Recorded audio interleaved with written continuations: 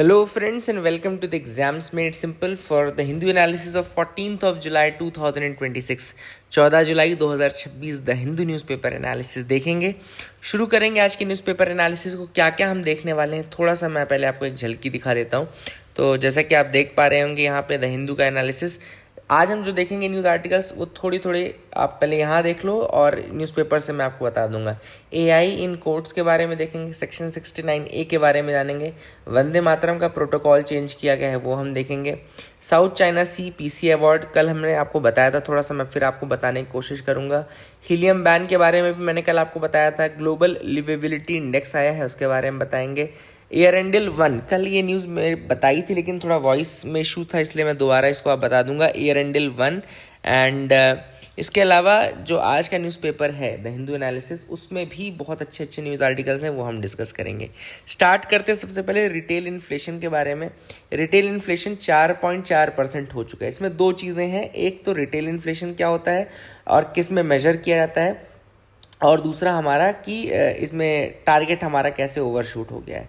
तो पहली चीज़ जो आपको जाननी कि रिटेल इन्फ्लेशन मेजर किस में करते हो तो याद रखिएगा सीपीआई ये आपका कंज्यूमर प्राइस इंडेक्स में ministry of statistics and programme implementation. Ministry of statistics and programme implementation क्या करती है, हर month every month they release this report कि क्या इस समय रिटेल इन्फ्लेशन याद रखिएगा कंज्यूमर प्राइस इंडेक्स के माध्यम से मेजर किया जाता है। I hope you got clarity regarding that.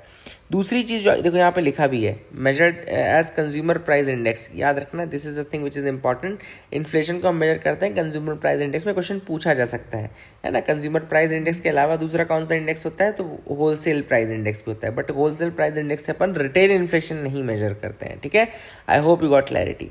दूसरा आपको याद रखना है ये टारगेट 4% की क्या बला है, तो ये है आपका इन्फ्लेशन टारगेटिंग। गवर्नमेंट जो है हर 5 साल में टारगेट सेट करती है इन्फ्लेशन टारगेट करने के लिए, मतलब कितने लेवल पे इन्फ्लेशन रखना है। ठीक है ना, तो इन्फ्लेशन टारगेटिंग जो होती है वो इंडिया में कितनी है 4 ± 2%, मतलब कि हमारी रेंज क्या है 2% से जाकर के 6% के अंतर्गत है ना।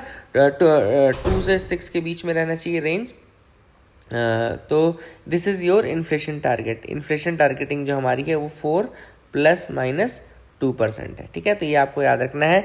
एंड इस बार जो टारगेट आरबीआई ने रखा था, इंडिया का टारगेट रखा था वो 4% का टारगेट रखा था, और ये इस बार टारगेट ओवरशूट हो गया है। लेकिन अभी भी इन्फ्लेशन टारगेटिंग की रेंज में ये है, ऐसा नहीं कि इन्फ्लेशन टारगेटिंग जो थी उससे ऊपर चला गया है। जो आरबीआई ने टारगेट सेट किया था उससे ऊपर चला गया, ठीक है ना ओवरऑल। लेकिन इन्फ्लेशन टारगेट अगर इंडिया का पूछे तो 4 ± 2% ही है। तो this is something which you should know. I hope you got clarity regarding that. दूसरी न्यूज़ पे आते हैं। दूसरी न्यूज़ है Tamil Nadu poet and lyricist वैरामुथु conferred Jnanpith award. तो याद रखना तमिल पोएट एंड लिरिसिस्ट है are वैरामुथु। He was conferred the 60th Jnanpith Award for the year 2025 and he is the third Tamil literary figure to receive this award. ठीक है ना, तो तीसरे तमिल व्यक्ति हैं जिनको ये अवार्ड मिला है, वैरामुथु याद रखना। इस बार का जो ज्ञानपीठ अवार्ड है काफ़ी फेमस अवार्ड है, वो एक्चुअली मिलता भी है और ये मतलब कई बार यूपीएससी पूछता भी है। यूपीएससी पूछ सकते हैं, दूसरे वनडे एग्जाम भी पूछते हैं। ठीक है ना, इसके पहले ये तीसरे हैं तो इसके पहले मिला है राइटर्स अकीलन को एंड जयाकांथन को। जयकांथन एंड अकीलन इनको दिया जा चुका है। वैरामुथु को भी मिला है and he has also won the साहित्य अकेडमी अवार्ड इन 2003। तो वैरामुथु को साहित्य अकेडमी अवार्ड 2003 में ऑलरेडी मिल चुका है। ठीक है, I hope you got clarity regarding that as well. ये आपको पता होना चाहिए and this is something which is important. I hope you got clarity regarding that as well. इसमें जो वो मिलता है रिवॉर्ड मिलता है, कैश रिवॉर्ड मिला है 11 लाख रुपए का। ब्रॉन्ज स्टैचू मिलता है वाघ देवी का, Vagdevi, and Vagdevi is actually goddess Saraswati. तो ये भी आप याद रख सकते हैं। एंड साइटेशन इज देयर, तो citation goddess Saraswati Vagdevi का स्टैचू ब्रॉन्ज और प्राइस ऑफ ₹11 लाख। तो I hope you got clarity regarding that. ये न्यूज़ आर्टिकल पे आपको पता चल गया होगा। आगे मूव करते हैं। लद्दाख के डिस्ट्रिक्ट्स के लिए सारी डिस्ट्रिक्ट्स को ऑटोनॉमस हिल काउंसिल मिलेगी। पहले क्या था, पहले केवल 2 डिस्ट्रिक्ट थे लद्दाख के अंदर, पहले 2 डिस्ट्रिक्ट हुआ करते थे लद्दाख में, लेह और Kargil. Only Leh and Kargil they were the only 2 districts in Ladakh. और उसके बाद अभी रिसेंटली अप्रैल में 5 नए डिस्ट्रिक्ट बनाए गए थे। 5 नए डिस्ट्रिक्ट थे शाम, नुब्रा, चांगथांग, झस्कर एंड द्रास। याद रखिएगा शाम, नुब्रा, चांगथांग, झंस्कर एंड द्रास। एंड इसमें 17 एडिशनल तहसील भी बनाई गई, जिसके बाद तहसील्स के नंबर बढ़ के 32 हो गए हैं। एक्चुअली क्यों किया जा रहा है, क्योंकि आप सबको पता है कि लद्दाख जो है वो डिमांड कर रहा है अपने आप को 6th शेड्यूल में इंटर कराने के लिए, प्लस लद्दाख डिमांड कर रहा है अपने आप को स्टेटहुड के लिए, ठीक है ना। और ये क्यों कर रहा है, क्योंकि जो गवर्नेंस है वो अभी भी यूटी की जैसे हो रहा है, और यूटी में भी बहुत ही लिमिटेड गवर्नेंस था। तो अब गवर्नमेंट क्या कर रही है, धीरे धीरे ये सब चीज़ें बढ़ा करके उनको ये दिखाने की कोशिश करे कि भाई देखो हम आपका गवर्नेंस लोगों के करीब ला रहे हैं। तो इसलिए उन्होंने कहा कि Ladakh autonomous hill development council जो रहेगा, it will be extended to all the 7 districts of the region. पहले केवल 2 डिस्ट्रिक्ट्स में था Ladakh autonomous hill development council, उन्होंने कहा हम 7 डिस्ट्रिक्ट्स में आपको हिल डेवलपमेंट काउंसिल प्रोवाइड करके दे देंगे, ठीक है ना, in the newly created districts as well, ठीक है। तो this is how they are telling that कि yes we are bringing governance close to the people of the state in the UT of Ladakh. So I hope you got clarity regarding that. User data expose due to flaws in the UMANG portal. अब यहाँ पे उमंग portal में flaws के कारण user data जो है expose हो गया है। तो ये पहली चीज़ तो आपको पता होना चाहिए कि भैया उमंग ऐप है क्या। तो उमंग इज बेसिकली फुल फॉर्म में इसका unified mobile application for new age governance, unified mobile application for new age governance. और ये पोर्टल है जो कि सेंट्रलाइज्ड है, ऑल इन वन प्लेटफॉर्म है, launched by the government of India. Government of India ने इसको लॉन्च किया ऑल इन वन प्लेटफॉर्म के रूप में to provide citizens with seamless access to pan India e government service, ठीक है ना, with seamless access to pan India e government services. तो जितनी भी ई गवर्नेंस की सर्विसेज हैं उनको एक साथ एक मोबाइल में यूनिफाइड मोबाइल एप्लीकेशन के रूप में प्रोवाइड करने के लिए उमंग ऐप बनाया गया था। लेकिन दिक्कत ये हुई है उमंग ऐप के साथ कि कुछ जो मतलब सिक्योरिटी रिसर्च कंपनीज हैं, उन्होंने रिसर्च किया, जिसमें उन्होंने बोला कि भैया आपका जो उमंग ऐप है उसमें डेटा सिक्योर नहीं है। बहुत सारे डेटा बेसेस ऐसे हैं जो पोटेंशियली रिस्क में हैं, जैसे EPFO का डेटा, इनफैक्ट UAN का डेटा, जो यूनिफाइड अकाउंट नंबर है वो भी आपका खतरे में है, LPG सिलेंडर बुकिंग का डेटा। तो all this things are there, इनका रिव्यू करने की आवश्यकता है। I hope you got clarity regarding that, ये रिस्क है। तो this is what has been said by the security agencies, आपको समझ में आना चाहिए। CBSE releases fresh circular on third language assessment. तो थर्ड लैंग्वेज के लिए CBSE ने फ्रेश सर्कुलर रिलीज कर दिया। इसमें उन्होंने ये कहा कि जो थर्ड लैंग्वेज है, यानी कि R3 जिसका नाम रखा जाता है, जो थर्ड लैंग्वेज है उसमें आप सबको पता है कि नेशनल एजुकेशन पॉलिसी जो है उसमें 3 लैंग्वेज फार्मूला इन्होंने प्रोवाइड किया था, ठीक है ना। तो एक तो जैसे आपका वो हो गया इंग्लिश हो गया, दूसरी आपकी वहाँ की मदर टंग हो गई, है ना, एंड थर्ड लैंग्वेज आइदर आपको हिंदी लेना है या कोई और लैंग्वेज लेना है, ठीक है ना। इस तरीके से उन्होंने ये कहा था। बट इसमें कई स्टेट्स जैसे तमिलनाडु जैसे स्टेट्स हैं वो 3 लैंग्वेज फार्मूला के अगेंस्ट में है। तो अब क्या किया इन्होंने, एक नया वे आउट ये निकाला कि जो थर्ड लैंग्वेज रहेगी उसको बोर्ड का पार्ट नहीं माना जाएगा, मतलब बोर्ड एग्जामिनेशन का पार्ट नहीं माना जाएगा, लेकिन उसका इंटरनल असेसमेंट करना आवश्यक रहेगा। इंटरनल असेसमेंट आप करो, और इंटरनल असेसमेंट में पास करना भी ज़रूरी है। अदरवाइज अगर कोई बच्चा फेल करता है तो उसको दोबारा आप रीअसेस करो, और जब तक फाइनल रिजल्ट आने से पहले आपको वो इंटरनल असेसमेंट में पास करना पड़ेगा, ठीक है। इसी तरीके से कोई बच्चा अगर 9th से जाकर पास करके 10th में इंटर करता है, तो 9th में अगर उसका लैंग्वेज थर्ड लैंग्वेज जो है उसको वो पास नहीं कर पाता, तो 10th में भी उसको वो 9th वाला पास करना ज़रूरी है, ठीक है। तो ये उन्होंने सर्कुलर निकाला है। तो जस्ट फॉर द नॉलेज मैंने आपको बता दिया कि क्या है, क्या चल रहा है, पता होना चाहिए, है ना। आगे मूव करते हैं, देखते हैं और क्या इंपॉर्टेंट न्यूज़ आर्टिकल है जिनके बारे में हमको डिस्कस करना है। You can move ahead with me. अब ये आते हैं बायोगैस के बारे में, बहुत इंपॉर्टेंट है बायोगैस के ऊपर ये आर्टिकल है, क्योंकि आपको पता है वेस्ट एशिया में टेंशन चालू है, ईरान के ऊपर अटैक हो चुका है, रशिया का ऑलरेडी सैंक्शन लगा हुआ है ना। एंड इंडिया जो है नियरली 85% ऑफ क्रूड ऑयल अपना इंपोर्ट करता है, तो मतलब हमारी डिपेंडेंसी भी बहुत ज़्यादा है, इंपोर्ट डिपेंडेंसी बहुत ज़्यादा है। ऐसे में हमको आवश्यक है कि न केवल हम अपने सप्लायर्स को डाइवर्सिफाई करें, जैसे एक ऑप्शन आता है हमारे पास कि अपने सप्लायर्स को डाइवर्सिफाई करो, दूसरा ये है कि हम अपने यहाँ का जो फ्यूल है उसमें भी डाइवर्सिफिकेशन कर सकते हैं, जैसे हमने इथेनॉल ब्लेंडिंग और ये सब शुरू किया, ठीक है। तो अल्टरनेट फ्यूल के रूप में इंडिया में बायोगैस को प्रमोशन के लिए ये आर्टिकल लिखा है कि बायोगैस को हम प्रमोट क्यों नहीं करते हैं। अब बायोगैस क्या होता है, बायोगैस एक मिक्सचर है, एक तो मीथेन जो नेचुरल गैस है आपकी, उसमें CO2 and small quantity of दूसरी गैसेस, ठीक है ना। तो biogas is a mixture of methane, CO2 and small quantity of other gases which are produced by anaerobic digestion of organic matter, मतलब ऑक्सीजन के एब्सेंस में anaerobic digestion of organic matter जो होता है उससे आपका बायोगैस निकलता है, फिर उसको कंप्रेस कर दो तो सीबीजी कंप्रेस्ड बायोगैस भी आपको मिल जाता है, ठीक है ना। इंडिया जो है काफ़ी ज़्यादा ट्राई कर रहा है बायोगैस को वो करने के लिए, और 2018 में एक इनिशिएटिव भी लॉन्च किया गया था सतत, जिसका नाम है sustainable alternative towards affordable transportation. It was launched with the target of establishing 5000 biogas plants by 2023।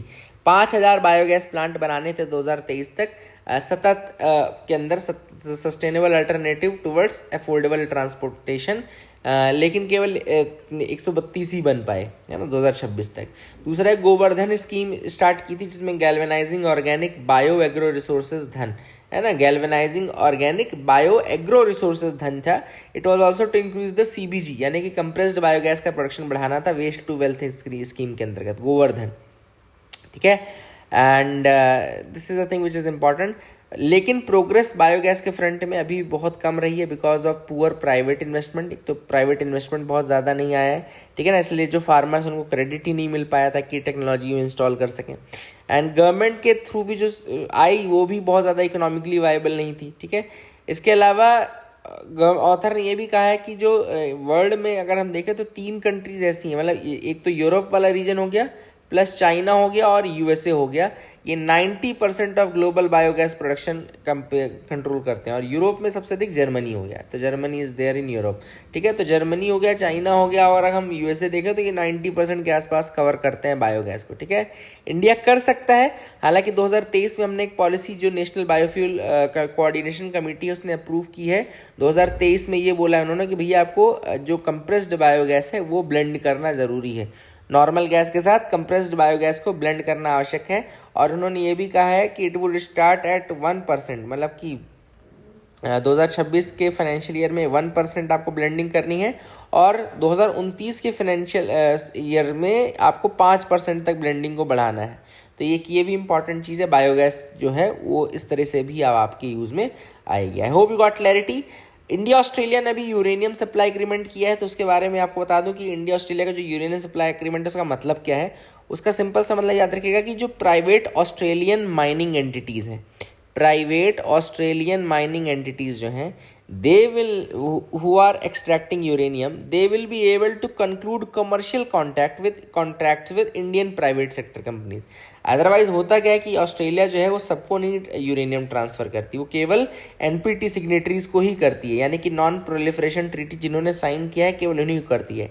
India सोचो सिग्नेटरी नहीं है एनपीटी का, फिर भी हमारे साथ ऑस्ट्रेलिया ने ये डील की कि ठीक है हम आपके प्राइवेट कंपनीज के साथ कॉन्ट्रैक्ट करने के लिए भी तैयार हैं। And it's a big thing, क्यों? क्योंकि हमारे यहाँ अभी रिसेंटली शांति एक्ट पास किया गया था दिसंबर 2025 में। शांति एक्ट का मतलब क्या हुआ कि हमारे प्राइवेट सेक्टर को हमने ऑलरेडी इन्वॉल्व किया हुआ है ना, इन द न्यूक्लियर फील्ड। तो नॉन एनपीटी कंट्रीज के साथ नहीं कर रहे थे अभी तक, केवल ऑस्ट्रेलिया किसके साथ करता है, जैसे USA, Japan, South Korea, France, Sweden, Belgium, Finland, है ना, United Kingdom, Germany. India is among the non signatories जिनके साथ इन्होंने वो एनपीटी हमने यानी कि nuclear non proliferation treaty sign नहीं भी की है, और फिर भी ऑस्ट्रेलिया हमारे साथ डील कर रहा है। तो दैट्स अ बिग थिंग जो कि यहाँ पे ऑथर ने बताई। I hope you got clarity regarding that as well. थोड़ा सा मैं इस वाले पार्ट में देख लेता हूँ कि कुछ ऐसी न्यूज़ है जो हमको डिस्कस करनी है, तो let's see that as well. तो यहाँ पे आप देख लो, एआई असिस्टेंस के बारे में सीजीआई ने भी रिसेंटली कहा है कि एआई में ट्रिगर डिस्प्यूट्स, एंड यही उन्होंने बोला है कि यहाँ पे डिसीजन जो होना चाहिए वो एआई के थ्रू नहीं होना चाहिए।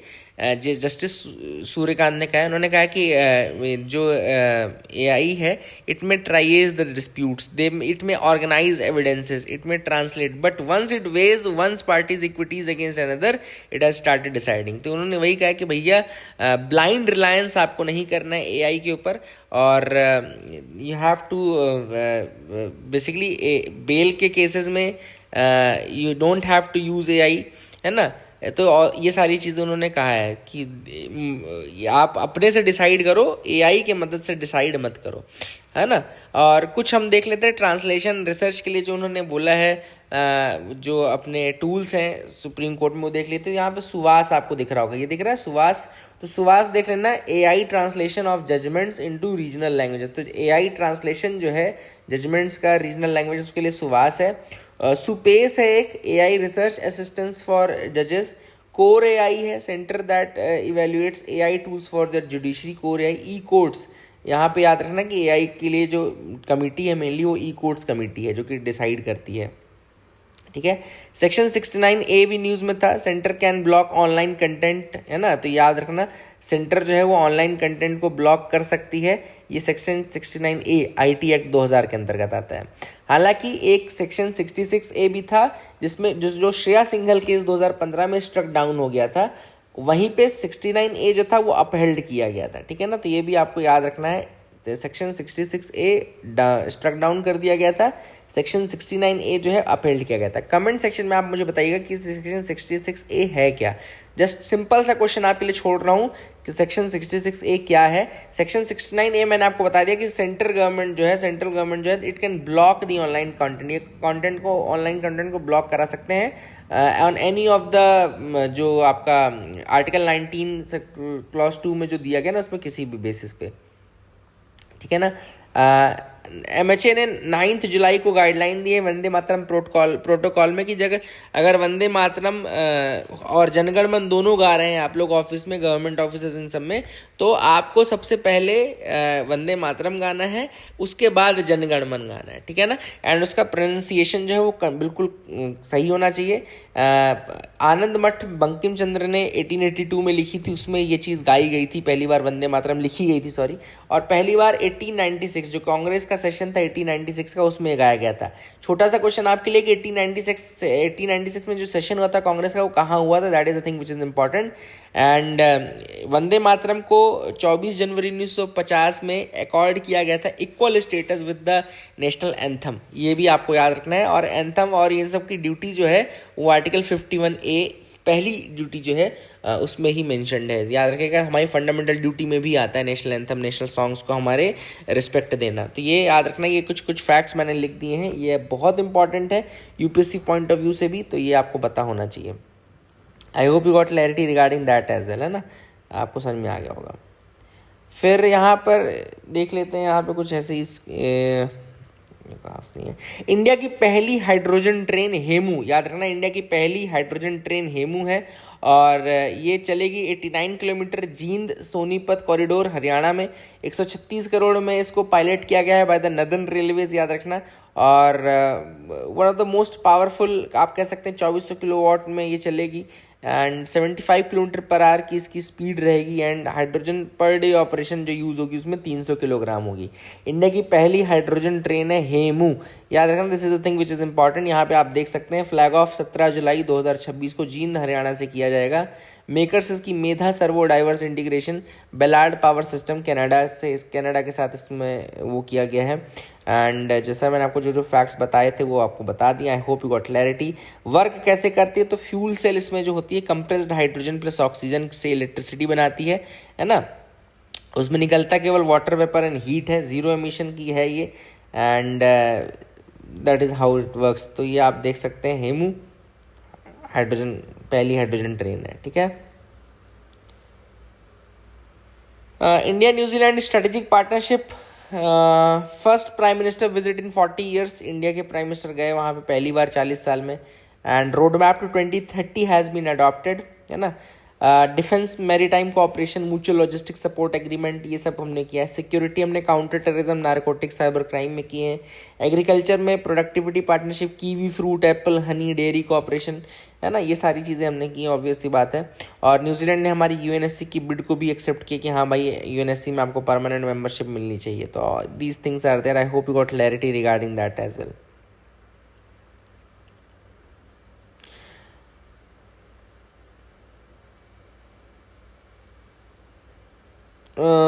सो आई डोंट थिंक मैं आपको ये आज बताऊंगा, ये आपको नोट्स में डाल देता हूँ क्योंकि मैंने ऑलरेडी पढ़ाया हुआ है, तो ये अभी अपन नहीं देखेंगे, ठीक है। पेंडेंसी एंड कोर्ट के बारे में यहाँ पे मेंशन है कि भैया इंडियन कोर्ट्स इतनी वैकेंसी ले रहे थे, इतने मतलब इतने ब्रेक्स लेते हैं, समर वेकेशन बेंच की वैकेशन बोलते हैं ना, तो उसमें ऑथर ने वही बोला है कि भैया 5 करोड़ से ज़्यादा केसेस पेंडिंग है, 5 करोड़ केसेस आर पेंडिंग, जिसमें सुप्रीम कोर्ट अकेले में 92,000 केसेस पेंडिंग है, हाई कोर्ट में 63 लाख केसेस पेंडिंग है, एंड जो डिस्ट्रिक्ट कोर्ट है उसमें तो करोड़ों में केसेस पेंडिंग है। वहीं हाई कोर्ट की वैकेंसीज देखें तो लगभग 30% वैकेंसी है हाई कोर्ट्स में, है ना। और ऐसे केसेस जो 30 साल से ज़्यादा पेंडिंग है, ऐसे भी 2 लाख केसेस हैं जो 30 साल से ज़्यादा पेंडिंग है। आप सोच सकते हो। तो all these backlogs are there, और इसमें बहुत सारी इन्होंने बोला कि भैया when courts take a break, court vacation पे जाती है, ये सब चीज़ें। तो ऑथर ने वही कहा है कि यहाँ पे मलिमत कमेटी की रिफॉर्म के बारे में बताया। मलिमत कमेटी ने बोला है भाई, 2000 में आई थी, जिसने कहा था कि वैकेशंस को कट करना चाहिए, जो सुप्रीम कोर्ट हाई कोर्ट के वैकेशंस हैं उनको कट करना चाहिए, और बहुत ज़्यादा नहीं होने चाहिए। इसके अलावा उन्होंने ये भी कहा है कि वैकेशंस कट करने के अलावा उनको ये भी फोकस करना चाहिए कि बहुत टाइम बेस्ड एजुडिकेशन हो। ऐसा नहीं होना चाहिए कि टाइम 30 साल हो गए, 20 साल हो गए ऐसे। तो रियल बॉटलनेक है वैकेंसी प्लस एडजमेंट। ये भी याद रखना कि वैकेंसी प्लस एडजमेंट ये भी एक इशू है। वैकेंसीज भी बहुत है और अगली डेट ये भी बहुत होती है। तो एक तो अल्टरनेट डिस्प्यूट रेजोल्यूशन की तरफ तो जाओ ही जाओ, ई कोर्ट, लोक अदालत, ये सारी चीज़ें। साथ ही साथ आप वैकेशंस को भी कम करो और ये सारी चीज़ एडजुडिकेशंस, वो जो एडजमेंट्स हैं उनको कम करो। So that is it for the day friends. I hope you like our video. Please do like and subscribe. Keep loving us, keep sharing us. Thank you, have a nice day.